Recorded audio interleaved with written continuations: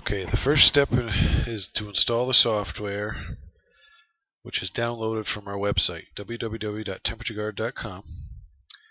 Once you have the unit physically in place, in this case a VM505E, you would go to the Temperature Guard folder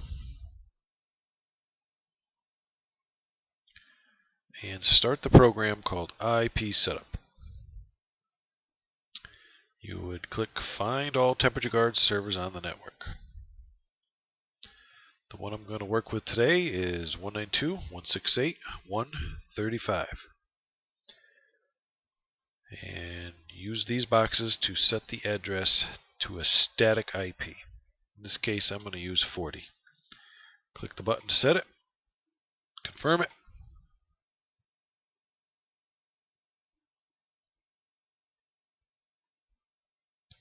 And wait for the unit to reboot.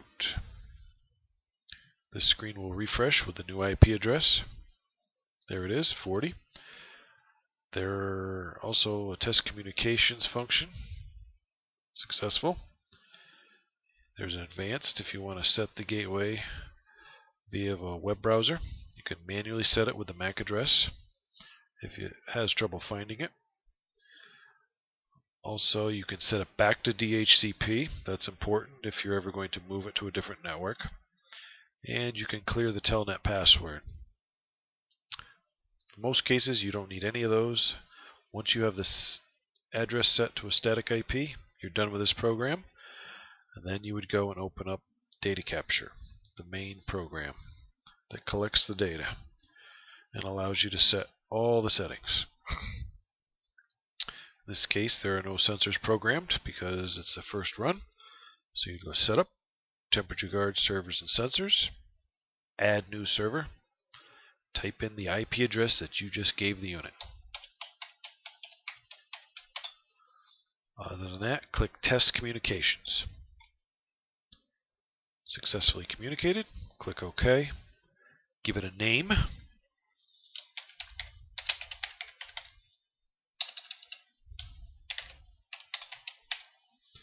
I'm just going to call it Demo 505E. If you're going to change to Celsius, now's the time to do it. I'm going to leave it in Fahrenheit. Click Save. The phone button is missing, so you're going to click Close. Then select the unit. It now appeared on a list. Right click, either Edit Server or Sensors. In this case, I'm going to do the sensors first. I have two hooked up on ports 5 and 6. I have the basement temperature and lower limit of 55, 85 upper, and a 1 minute time delay. And I have the outdoor temperature.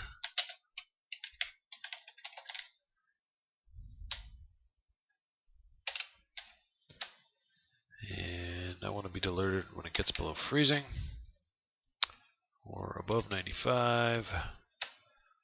1 minute delay and 0 minute delay. There's a door sensor hooked up also. Door 1. Door sensors have to have a time delay of at least 1 minute. Otherwise, they're disabled when it's set to 0. I want to enable the alarm buzzer and click Save. In the unlikely event that these sensors needed calibration, you could put in a cal factor on this page. And then once you had the actual temperatures typed in, say I knew that this reading was too high because I had 300 feet of wire on there, I could type in 60, store correction factors, confirm it, and now the reading should change to 60 degrees, and a correction factor of minus 1.9.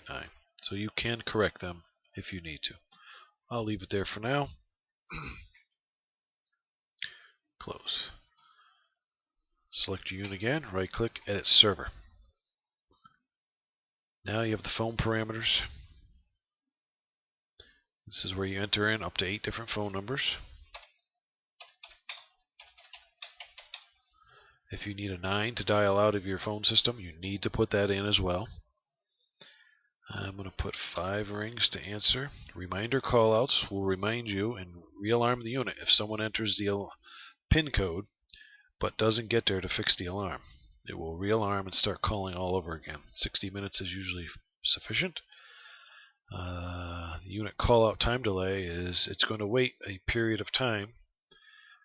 If you put 3 in there, it's going to be 3 minutes before the unit calls out after an alarm sounds. I prefer 1. I want to know sooner rather than later.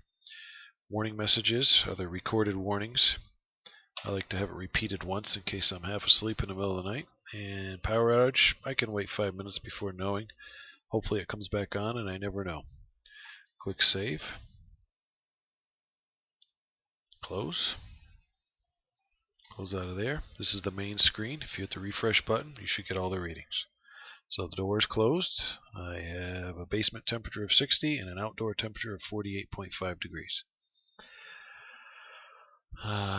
These are the events that it'll record when things go wrong.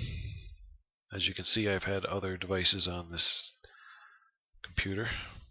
When you first start, these will be blank. Main status page. Trending is grayed out. You can enable that on the trending page. Enable. Anytime you change something here, click Apply. You'll need your IT department's help likely to set this up. You need an SMTP host to send out an email, and you need a valid login.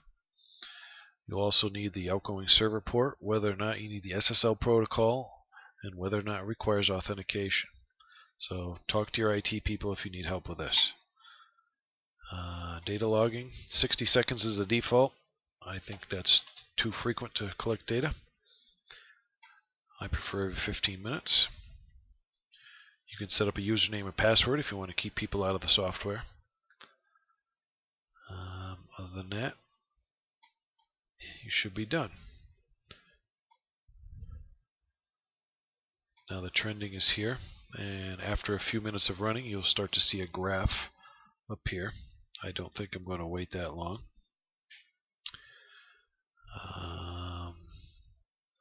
If you ever need to change anything, you simply select the unit, right-click, edit server or sensors. Sensors will be any of the sensor parameters where we originally set them up, or edit server.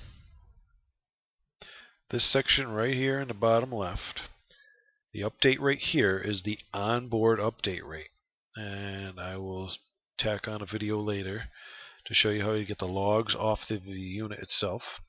You want to click this the first time you get it to store the date and time from the computer to your unit. We ship them in Eastern Standard Time, so if you're anywhere else other than the East Coast of the United States, you're going to need to set the time. They do not change time automatically with daylight savings time, so when that happens, you'll need to go in there and click this button again, assuming your computer updated. Alarm email addresses would go here.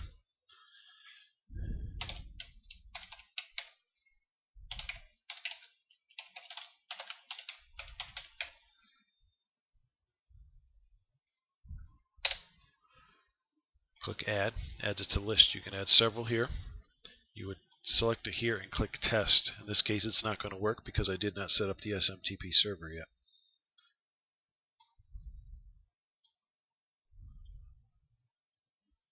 I'm not going to wait for the trending to fill in, but it will eventually. It needs several readings before it'll show up, and since I set the update rate to 15 minutes. Other than that, if you have any questions, you can always contact support@temperatureguard.com.